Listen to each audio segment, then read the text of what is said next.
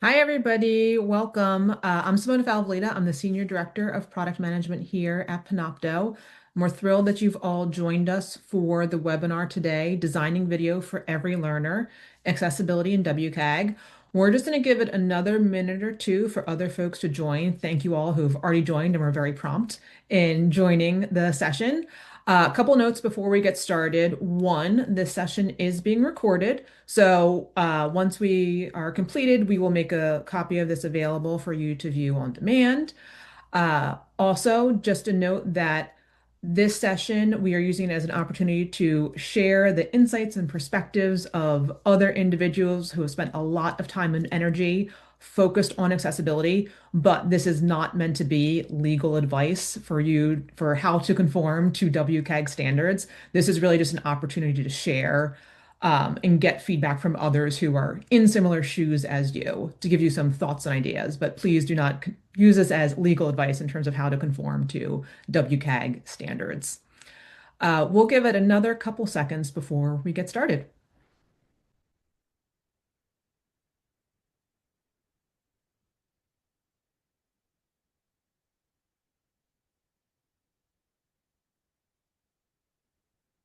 All right, let's get going at this point. Again, thank you all for joining. My name is Simona Falvalita. I'm the Senior Director of Product Management here at Panopto, but who I am really excited to introduce are our panelists and guests who are joining us for this session, Designing Video for Every Learner, Accessibility and WCAG 2.1 Level AA. So with that, let me hand it over to do some introductions. I will start with Laura. Hi, I'm Laura Baldwin, and I've been the Panopto Service Manager at the University of Washington for 12 years, and I'm really excited to be here. Thanks, Laura. Elle? Hi, I'm Elle Schofield. I'm joining Laura from the University of Washington, where I lead the team for Ed Tech Service Management. Thank you, Elle. And Laquelle.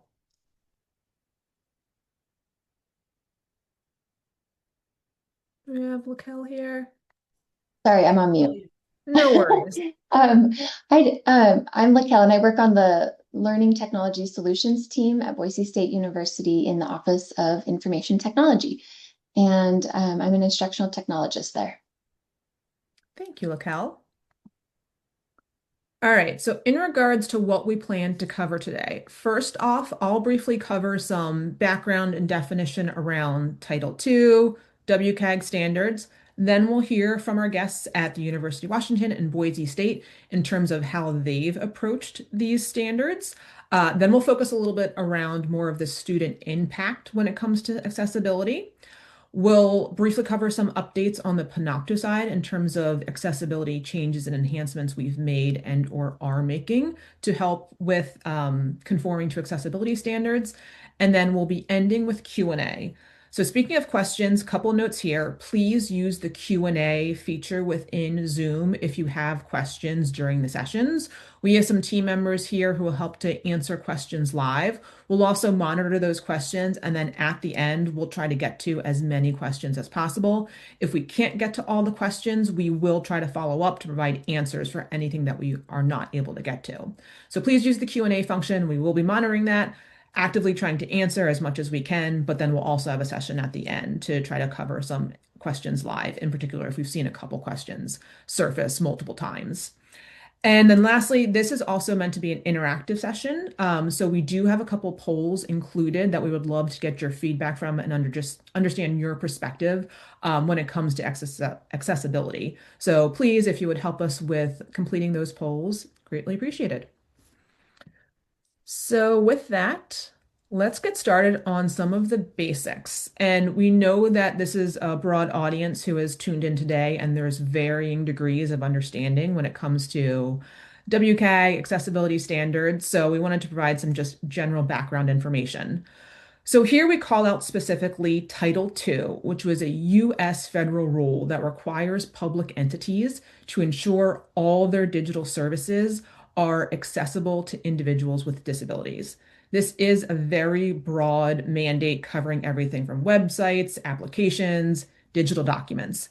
But any public entity that, if they offer something digitally, the goal is to make it accessible to everyone. Title II specifically mandates in the US that this go into effect April 24th, 2026. Side note, it's depending on the size of the public entity, so there are some slight variations. But I do also want to call out that it is important to note that these digital accessibility standards, it really is a global movement. Here we call out Title II, which is a US mandate, but there are similar mandates across the globe. The European Union has the European Accessibility Act, which went into effect largely in 2025, and that's kind of rolling through the coming years. And it sets similar accessibility requirements that you see here with Title II, with WCAG level 2.1 being the typical standard people look to. And as I mentioned, so those are the mandates in terms of what's being required, but in terms of what exactly that means, what needs to be done, the standard everybody looks to is WCAG 2.1 level A. And this is an internationally recognized set of technical standards developed by the World Wide Web Consortium to help ensure that digital content is accessible to users with disabilities.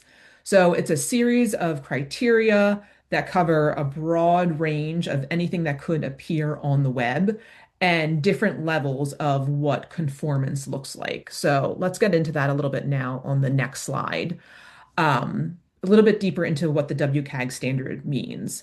First of all, level double A is what is typically thought of as the norm, the standard that most individuals should strive to achieve. But there are three different conformance levels. A is more of the foundational requirements. Double A is the, like I said, baseline standard that most of the legal mandates require. And then AAA is those enhanced criteria that are going above and beyond to really help with accessibility. Focusing on video specifically, there are various things that can be done to help with accessibility, but some of the key ones are captions, audio descriptions for those who are visually impaired to help with them understanding information that is presented that might not come through in the just general narration. Media players should be accessible in terms of being able to leverage keyboards to function for it to control the media player, being operable with other assistive technology, if you think of things like JAWS, items like that, making all those things usable for the end user. And then also in terms of what's ahead on the horizon. So there's a lot of talk around the standards aligning to WCAG 2.1 level A or double A, but there is actually an updated standard available from the World Wide Web Consortium, WCAG 2.2. And we know that many people are looking ahead to 2.2. Couple key things to keep in mind here is that all the WCAG standards build upon one another. So if you are conforming to WCAG 2.1, there's 9 new criteria that build upon that in the 2.2 standard. So it's not that all the other criteria from the 2.1 standard are no longer relevant. They're still 100% relevant. There's just net new criteria with the 2.2 standard. So many people are looking towards this.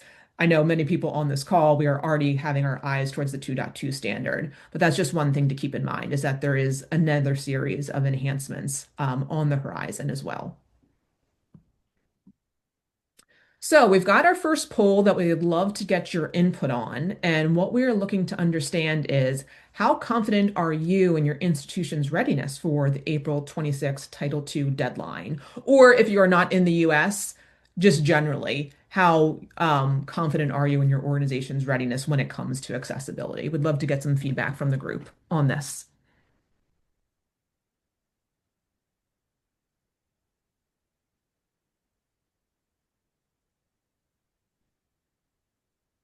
There we go. Here's the poll.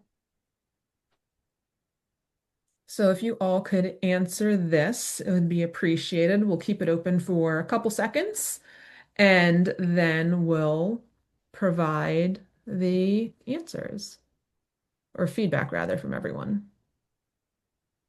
All right. Let's see. Based on the feedback, it looks like the majority of people fall into somewhat confident and somewhat unconfident. So right in the middle of having some sense of what needs to be done and also kind of neutral on the topic. Thank you for that input. Very useful to know. And with that, hopefully this next section will help to give you more confidence in what you can do to be conforming with these standards. Because now let's get into what you all came here for, is the feedback and input from other individuals who are in your shoes. So let's get started with the perspective from our guests. And Laquel, before we get into the specifics about tool functionality, can you help us understand how Boise State approaches accessibility at a more system level? Absolutely. So, at our university, accessibility is actually the first thing that we look at before we even get to look at all the fun features and functionalities that different instructional technologies have to offer. So, at our university, we see accessibility as a shared responsibility across campus. And so we think it's everybody's job. There's different things that go into making content accessible, and it's everybody's job to be informed on the topic and work accessibility into your own personal workflows. So our goal, though, at a systems level, is we want to create a campus where more people can learn and access our digital resources, and so that they can contribute their ideas and fully participate and learn. And really, that benefits all of us. So that's kind of our view on accessibility as an institution. We really feel like it's not just a legal commitment, it's a moral commitment to us, and we're very committed to that. So with that in mind, our Learning Technology Solutions team, we developed an 8-dimension evaluation process where accessibility is the first thing we look at, but we're also looking at other things on the front end, like technical and security compliance and things like that. So when we designed our evaluation process, we really had to partner closely with the web accessibility team here at Boise State. They are much more knowledgeable than I am as an instructional technologist. So I really feel like something like accessibility, where it's so broad, we really need to lean on each other to figure out how to, there's just so much that goes into it. So there's not just one person or one expert. We got to rely on each other to make good choices about the technologies we're using and the content that we're creating. So the only other thing I would say about our dimension, or we have 8 dimensions, and they're all the rubrics that we use. We think about accessibility and all the other features that we use in our selection process and our evaluation process. Each dimension represents a different user. So like content creators or faculty, students, staff, administration. And for something like video, that even complicates accessibility even more, because you're not only thinking about students and teachers and all that, but we are also thinking about the other people who are using the technologies and maybe their needs for accessibility too. So that's kind of how we roll at Boise State. Thanks, Laquel. And I love how you mentioned that it's not really like a one-time thing that you do when it comes to accessibility. It's more of an ongoing Yeah. process that you continuously evaluate. So when your team is looking at different vendors and you're reviewing VPATs and ACRs, what are you looking for beyond just simply like checking the box that it supports it? Are there specific things that you have in mind as you're evaluating different technology that you leverage?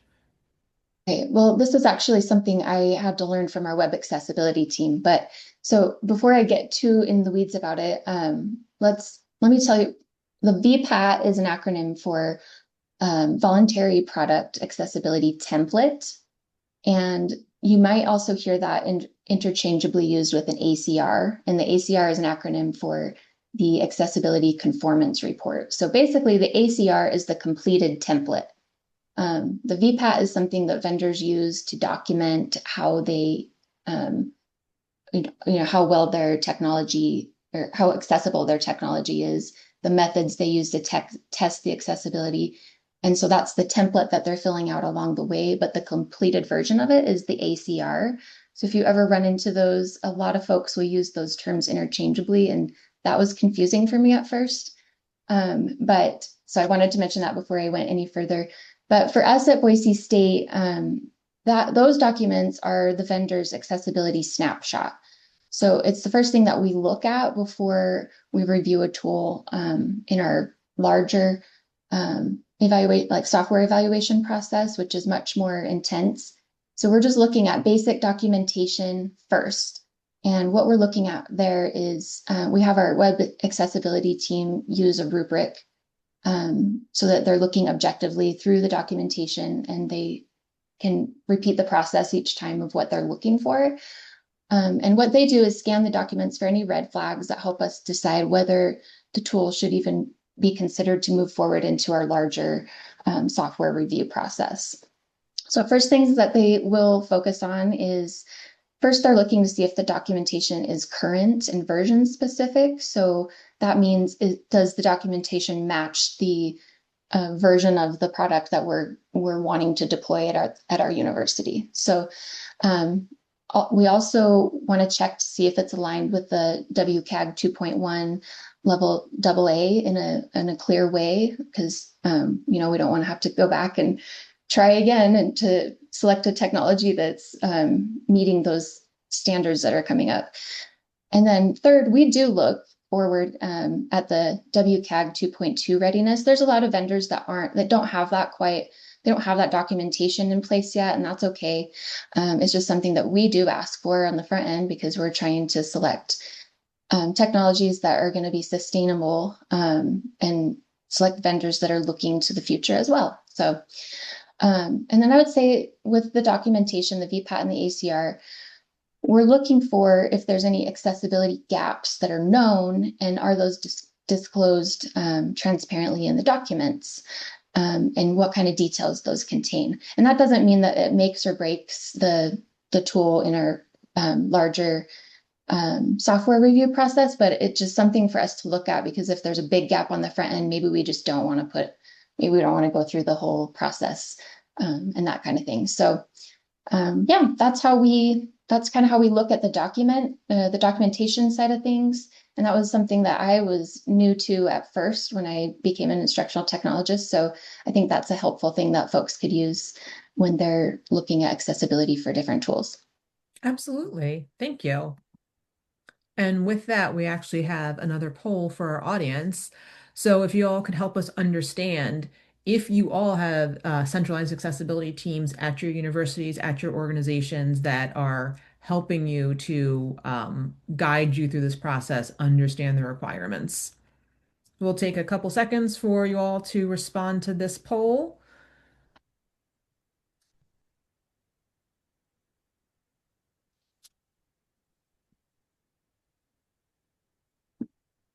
All right, let's see what the feedback is. It looks like we have a tie between, yes, we have a dedicated centralized accessibility team and a partially centralized accessibility team. So that's good that most people here have reinforcements to help them with really understanding accessibility requirements and guidelines, because as you said, this is a very complex topic area that goes, if anyone has looked at the standards, very in depth to conform to the WCAG standards. All right, with that, let's turn back to Laquelle and have you introduce to us the kind of core principles and how it affects how your team evaluates technology and if technology is accessible to your standard. Yeah, okay, so let's just go over the POUR principles. That is another acronym, and it stands for Perceivable, Operable, Understandable, and Robust. And these are actually the 4 pillars that WCAG builds their standards off of. So these POUR principles, they help us think through digital services, and for digital content, we want it to be accessible to all users with disabilities, obviously. And the reason that the POUR comes in handy is because it helps you kind of think through, is the content I'm creating, is it going to be perceivable to users? If they can't hear it, or if they can't see it, can they hear it? Can they hear what I'm trying to teach them? And it just kind of helps you think through those different types of situations that folks might need a little bit of assistance with. So I'll run through these quick examples, but just know that the ones here on screen, they are not exhaustive list. Obviously, there's a lot of other examples that could be put up here. But let's start real quick with perceivable. Let's ask whether users can hear, see, or otherwise sense the content with more than one of their senses. So for video, that's where we look for the captions and the transcripts, audio descriptions, and narrate visual information that matters. If you can't see it, you want to describe it on screen. Is it operable? So that means whether the users can navigate and control an interface using different input methods. So like that goes back to, can they use it with a mouse and a keyboard? We want to be able to use different methods and still get through the lesson or the content that you're presenting. For video platforms, we pay attention to whether users can like play or pause, scrub, and adjust the settings without getting stuck in one place. And so that goes back, like I said, to the keyboard and the mouse. For somebody that might not be able to use a mouse, can they control everything with a keyboard? And then understandable, that is how, it's more about how clarity and predictability are showing up in your videos. So are the controls and the instructions labeled clearly? If something goes wrong during lesson, do users get a helpful error message that helps them navigate the situation, and helps them figure out what to do next so that they can work their way around the video and not just get stuck in one place. And then robust is just more about compatibility. Does the experience work across different browsers, different devices, and like different assistive technologies like screen readers and things like that? And that's where things like proper like the ARIA labels and things like that come into play, which I'm not an expert on that, but there's a lot that goes into that. With everybody on the go, especially too, even if somebody doesn't have a disability, we want our content accessible for somebody who's maybe on a phone because they're on the go or that kind of thing too. So the robust kind of plays into that as well. That makes a lot of sense. Have you found that using this sort of framework has made it easier for you to like work with your accessibility team from a technology perspective or your IT teams to kind of keep everybody on the same page? Yeah, I do. I think poor and a lot of times frameworks like these are just a nice way for all of us to think through, like not so much be so like perfect. Let's follow a checklist of it has to do this and it has to do that, but it just helps us think from different perspectives. And then also we use that rubric that's objective. And it's built around the poor principles, so that we're just kind of objectively looking at tools like, is it doing X, Y, and Z? And then it helps us have those discussions before we adopt anything that's without, making an informed decision. Absolutely. Thank you. All right, now let's turn over to the University of Washington. And Laura, if you don't mind, if you can offer some perspective on how you've approached accessibility at University of Washington's campus and just help with the audience and understanding how you've kind of framed this problem. Sure. First, to provide a little bit of context, we have 3 campuses and more than 64,000 students, and our IT and accessibility support is distributed between several different units. And I would say, well, always that accessibility has always been a major value at the university. These guidelines are forcing us to bump it up several levels. And so for many years, we've had a core group of people who have been advocating for accessible tools and content. And it's really exciting to just see it gaining so much momentum now. We're really fortunate that we have a lot of accessibility experts in many different disciplines, and they've been really helpful throughout this whole process. That's great. Yeah, so about a year ago, we formed several different working groups to focus on accessibility and including one on multimedia, which I led. And these groups were a really great opportunity to connect accessibility specialists with faculty and staff across the university and come up with recommendations that would have faculty buy-in. And so our group investigated different options for video accessibility. And we quickly realized that even if we had the budget, there's no way we could buy our way out of this. It's just a lot of work to do. And we tested a lot of different captioning and audio description services. And we found that while the accuracy of the AI improved really quickly, it still wasn't good enough to meet the standards required for accommodations. But we're hoping that that will change and that eventually that will be a solution. We found that the automated audio descriptions, first of all, are really expensive, but also it's very difficult for a machine to know what to describe. And when I talked to our accessibility office, they said that audio descriptions are accommodation that's very rarely requested from students. So I thought that was interesting, but it's very important to still be able to provide that service. Um, so our working group came up with several recommendations for how to educate faculty and staff about accessibility.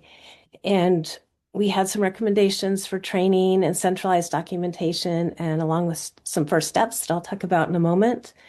But our goal is really to work on a cultural change, not just a technological change. And so all of our solutions need to be scalable, cost effective, very clear to our community, and straightforward to implement over time. And that's really key, that this is not just a one-time process. It's just something we need to continually improve upon. And so I'm really happy that our university has prioritized and made the commitment for creating and maintaining accessible course content. But as I said before, it's not very easy, and faculty and staff are under a lot of pressure, and creating accessible content requires a lot of time. And so Ella's going to talk about how we approach this challenge. Absolutely. Thank you for that. And with that, we'll turn it over to Elle. And Elle, would you mind giving us some insight into some of those internal changes that were made to help make accessibility more manageable at the University of Washington? Yeah, absolutely. So first, I will highlight something that Laura kind of mentioned, which is that we really did spend a lot of time thinking about the context of courses and faculty, that while the requirements from WCAG are the same for everybody and for all content related to our university, the processes by which we would achieve those requirements was going to be probably pretty different for instance, our marketing and web teams versus our faculty and their support of students. So we've had some kind of driving principles as we figured out how to build momentum. And I think that's a phrase I'm going to use a lot, is building momentum is pretty crucial to this, because the accessibility requirement doesn't start and stop in April of this year, right? It's ongoing as an obligation to our students and our communities. And so we've really focused on how to build that momentum in the work.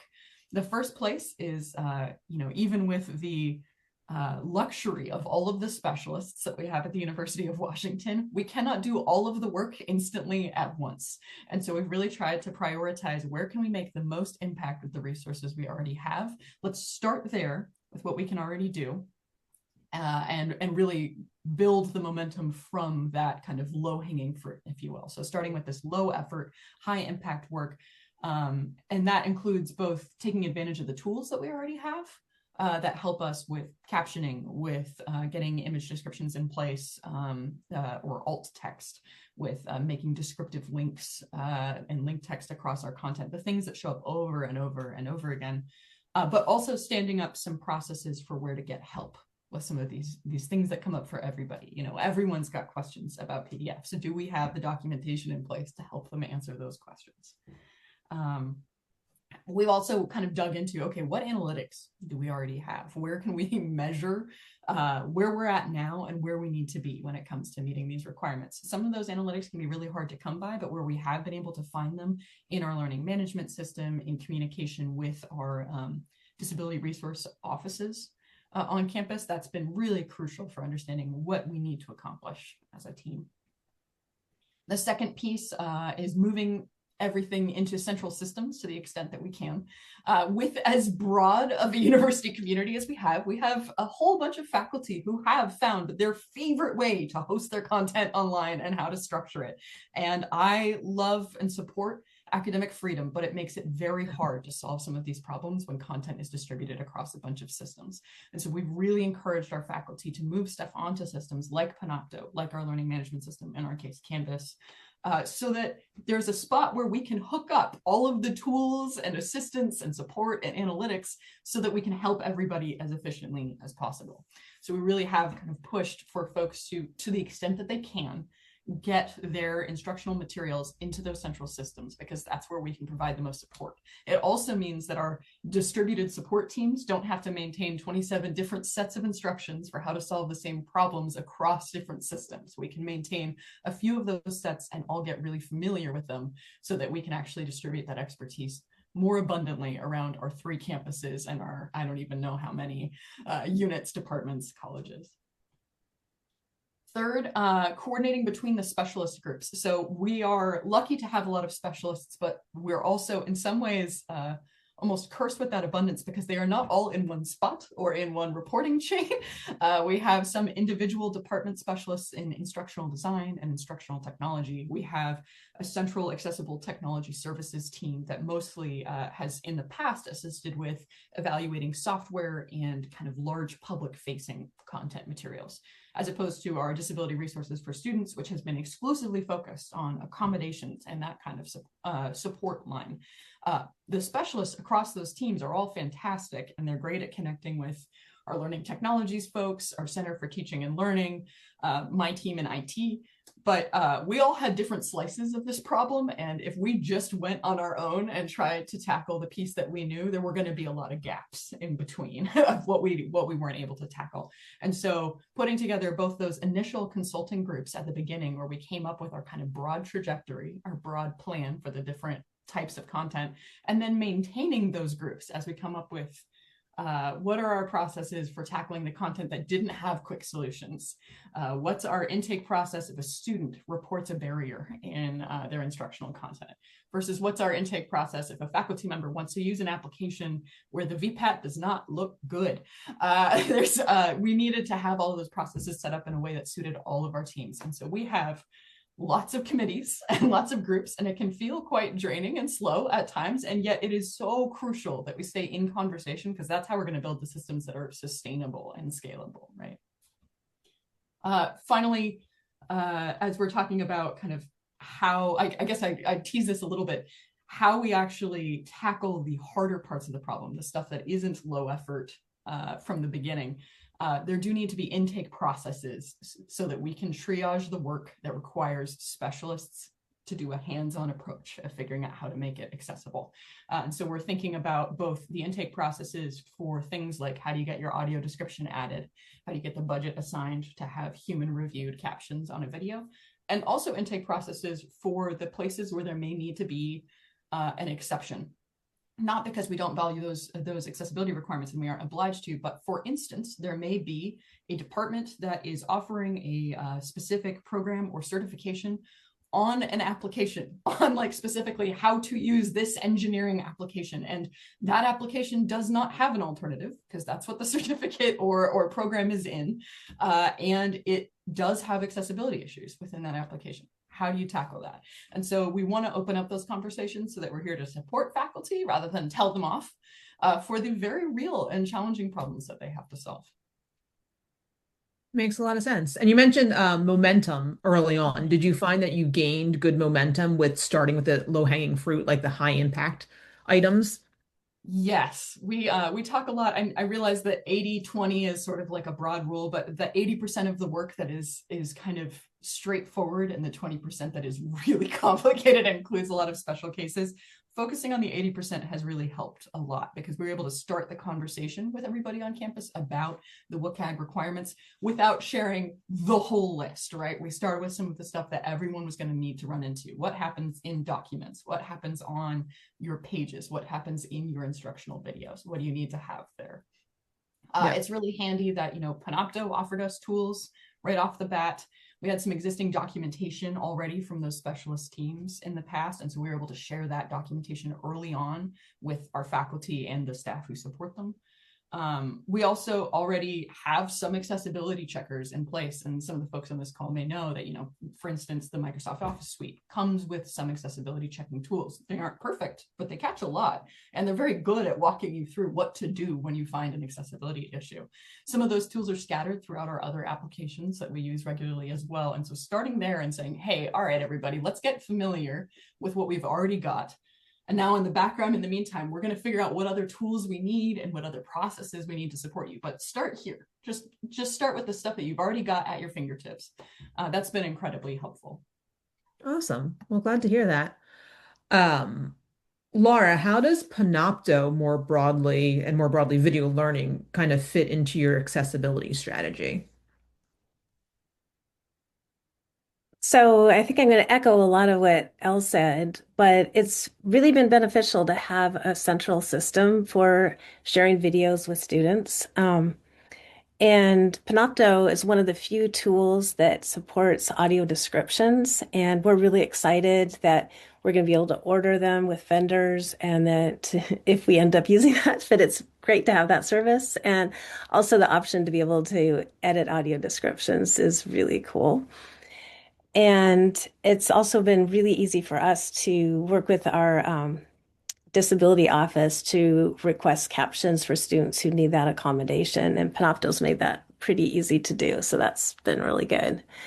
And I thought I'd mention as a side note that part of our procurement process has also been working on accessibility. And we have a team at the UW that does extensive testing with tools. And sometimes we find that even if it officially meets the standards, that it still can be difficult to use. So it's not just meeting the standards, but also having a good design.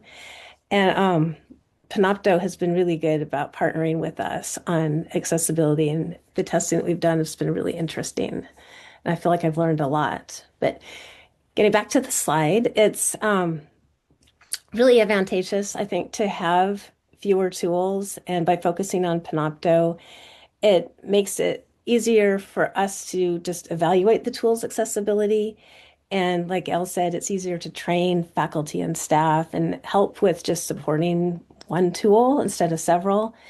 And also just having analytics from one tool. And this is an area that we're still working on developing, but we really want to be able to measure our success and how we have improved accessibility. And so I'm excited to see Panopto's new features with their analytics that are going to be coming out soon. And to improve our accessibility, we did start with some achievable first steps. One of the easiest things we did was we turned on auto captions by default. So at least most of our recordings do have some captions. And we are working on implementing our retention policy, because super easy way to have an accessible video is to not have it there. And so if we're hoping that we can delete or at least archive a lot of our older recordings that don't have any captions on them.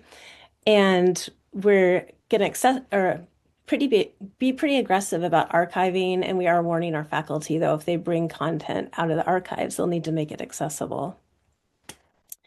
And we're also providing instructions and advice on how to describe visuals in lectures. So then we don't have to have an audio description track for a lot of our recordings if our instructors can describe what they're seeing in the first place.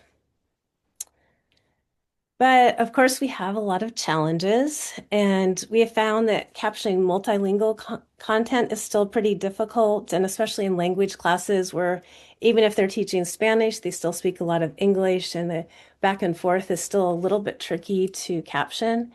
And then a lot of our different departments have very discipline-specific terminology that can be difficult for the caption tools to capture correctly.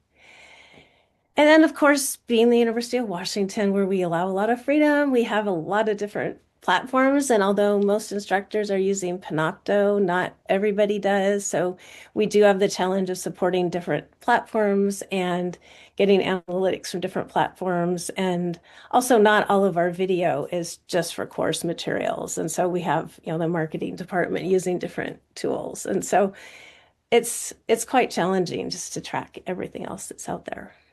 Yes, I can imagine getting your hands wrapped around all of it is a challenge, just to know the body of content. And then, like you highlighted, some of the areas that just due to the nature of it, whether it be medical terminology, is going to be more difficult to caption than an English course or something like that. That there is lots of nuances to this that need to be considered.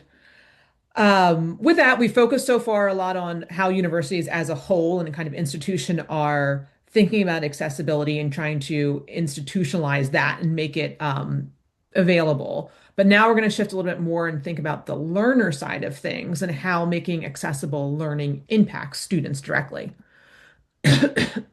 So, Lakel, do you want to speak to how video was designed so that it aligns to those core principles that we discussed earlier, and then how you found that that impacts student success? You're on mute, Lakel. I am so bad about that. No worries. Like I said earlier, the core principles, I like to think of it as a way of thinking through things. It's a nice little framework for my thinking or for faculty thinking. So as you're creating your learning experiences, I'll just use the examples here on the slide. So for perceivable, so we're under perceivable, we're thinking about how is the student experiencing the content you're making with their senses. So if we use accurate video captions, how does that impact their learning? Well, it improves their comprehension and review because they if we're creating the learning experience, not just for people who can visually see it, but people who need help with hearing and they need the captions or they need the narration to be just so. Let's just think about how our students might need us to present the content in a way that they can understand it no matter what senses they're using to absorb the information. And then for O, that would be the operable part of the POUR framework. So going back to the example of the keyboard accessible playback, some people can't use a mouse to get through their lessons. And so how would that impact a student? Being able to access it with fully keyboard playback is really important for somebody who can't use a mouse because they're not going to be able to get the content at all if they're going to be relying on other people to get to help them with accessing your video content or so that they can. The goal for the student is we want them to be independent learners and we want them to have self-directed learning. And so if they're having to rely on others or figure out a workaround because they can't use their mouse or whatnot, that's not a good situation. So that's a good way to think about operable. And then understandable, for the example here on the slide, consistently labeled player controls. I know some people think that the understandable part of the POUR principles is a little subjective, which I kind of agree a little bit. It could be depending on, because basically what we're saying is the information I'm presenting understandable. And I think depending on who you ask, that answer would be different. So that's just a good way to think about the content you're designing.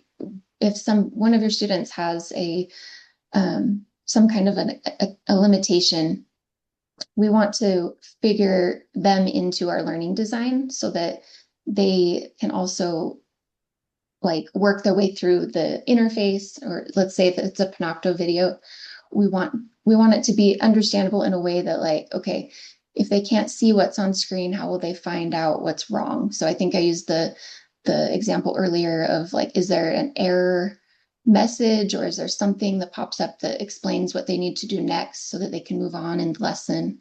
And that just, thinking about how things are going to be understood by your learner in the POUR framework, it just helps them remove those barriers to the technology side and just help them focus on what they need to learn.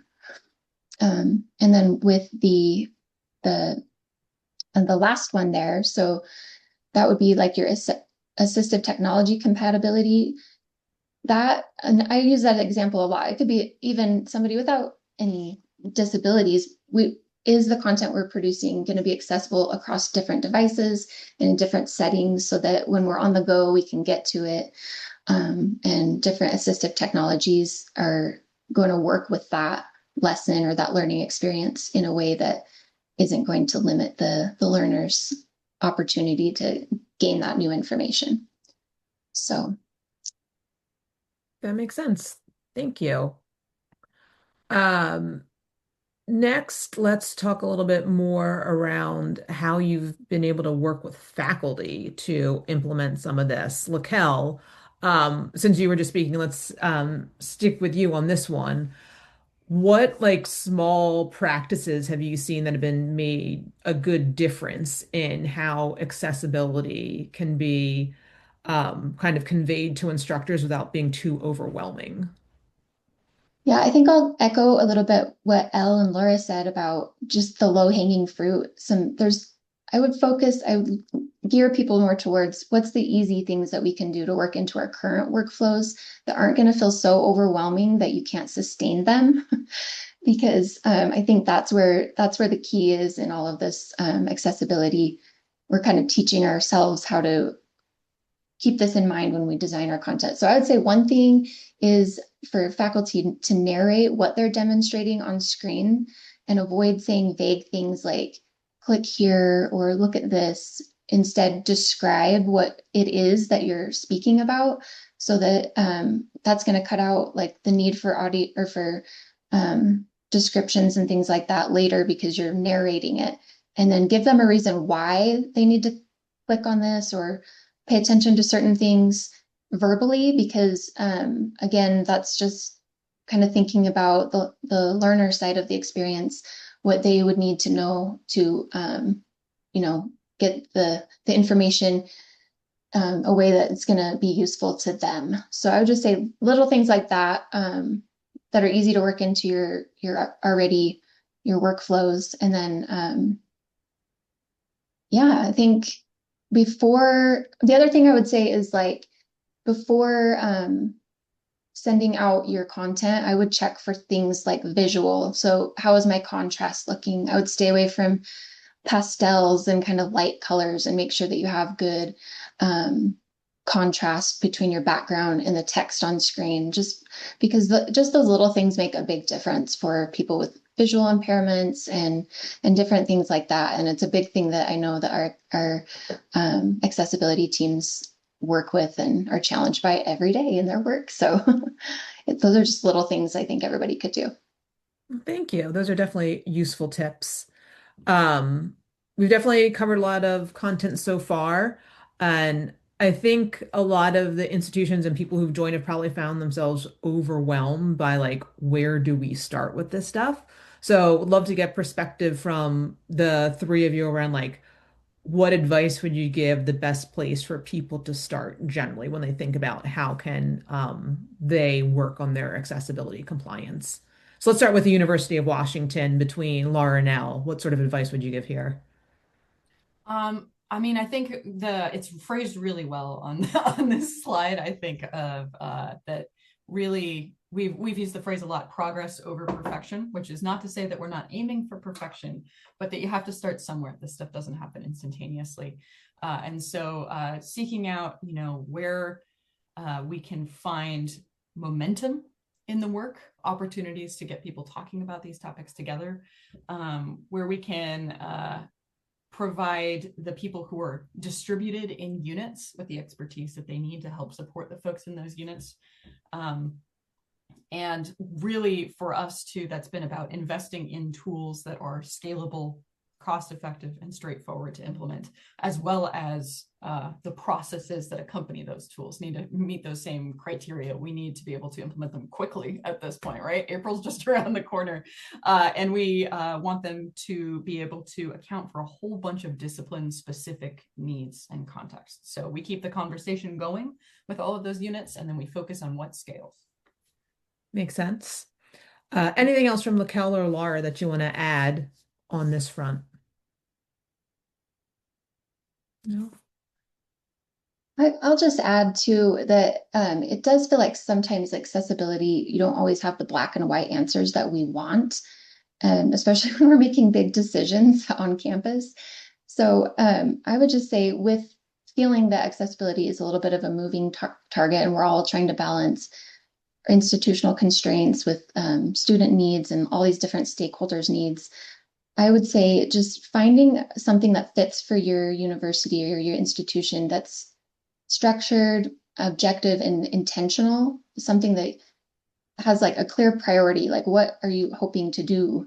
And just make sure you establish that before making big decisions. And like I said, for accessibility at our university, it's a really big deal just because we view it more as it's a moral thing that we want our culture on campus to be aware of and working towards. And so I think just finding those little things here and there, even if it doesn't feel black and white and solid, and just try to be flexible and roll with the punches in these.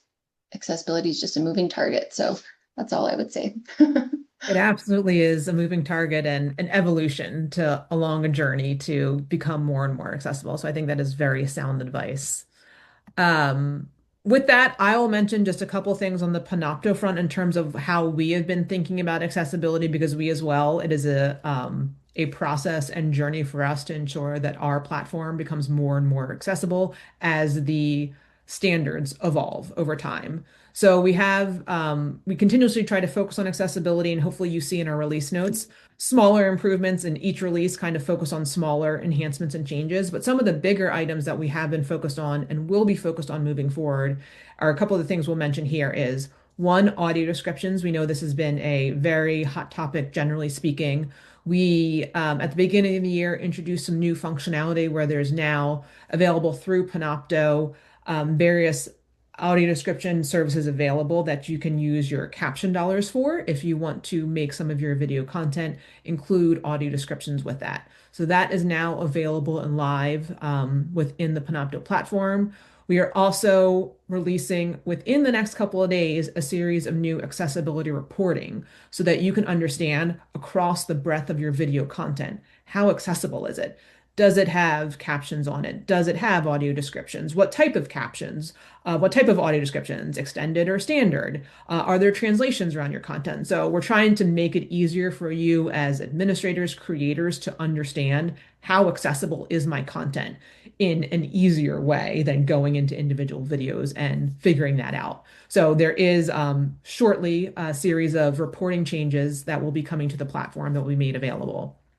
And then we are also we'll be working on some enhancements as well to come in the coming weeks to make it easier to request accessibility related items in bulk across videos. So right now it's easy to do it with individual videos, but we know that there might be the need to remediate a larger set of content. So instead of having to individually kind of tag those videos and request captions, making it easier to do that in a bulk fashion.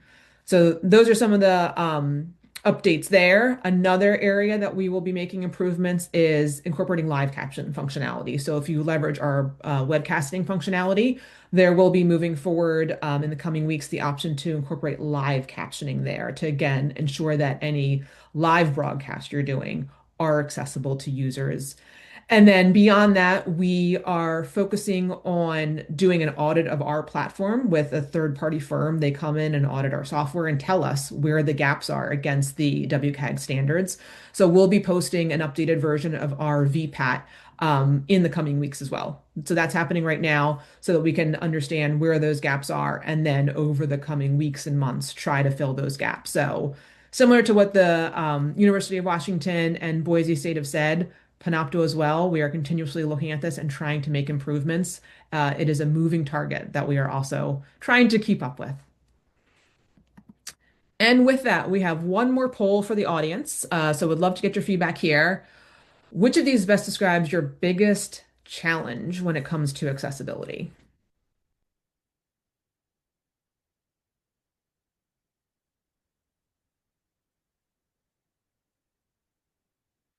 All right, we'll keep this open for another second or two, and then we'll close it out and share the results, which are faculty adoption is one of the bigger challenges, as well as it looks like audio descriptions is coming up, governance and ownership, some of the top concerns.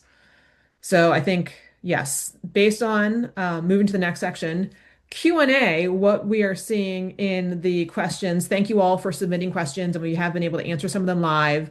We'll take some time now to try to answer some of the questions that have been coming through a little more continuously to get live feedback from um, our panelists here. One question that has come up in a couple different variations is around audio descriptions and how you're handling audio descriptions. Everything from meeting the guidelines with audio descriptions when you don't necessarily have like a talking head. How are you handling audio descriptions for more technical walkthroughs? So would love to just get the perspective from the group on how is your institution approaching audio descriptions? Because this is generally speaking, I think, like I said, a hot topic area. Yeah, let me jump in on that one. I've also been kind of skimming what's been showing up in the Q&A for this, in case you've seen me like scrolling over here. Short answer for one question: audio description is one of the WCAG 2.1 AA requirements, right? So for this is officially something that we need to have available for every video. And so I think the way the University of Washington has been tackling it is to think about what it means for it to be available for every video. Does it mean that it needs to be right there and already done, or does it mean that it can be requested and then provided promptly afterwards?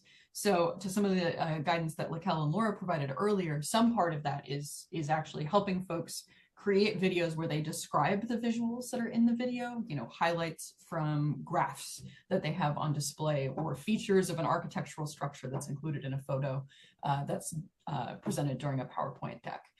So there are ways to incorporate that so the audio description is less necessary, because essentially the audio description is already included in the main audio track. But beyond that, we are trying to think about basically how do we triage the things where we are going to spend money and get the real human verified audio description, and where are we going to make it as easy and quick as possible for folks to request those descriptions. That is the solution we have in place right now. And I will say that is not necessarily the solution we're going to move forward with in the future. Progress over perfection does not mean we're not aiming for perfection and at some point having audio description for every single video we have. But as a public institution, we are obliged to have a solution available for all our videos. And so the way we're tackling that right now is that we have a workflow by which we can solve it for all our videos. And we are choosing where we are applying that workflow right now in a very tactical and narrow way.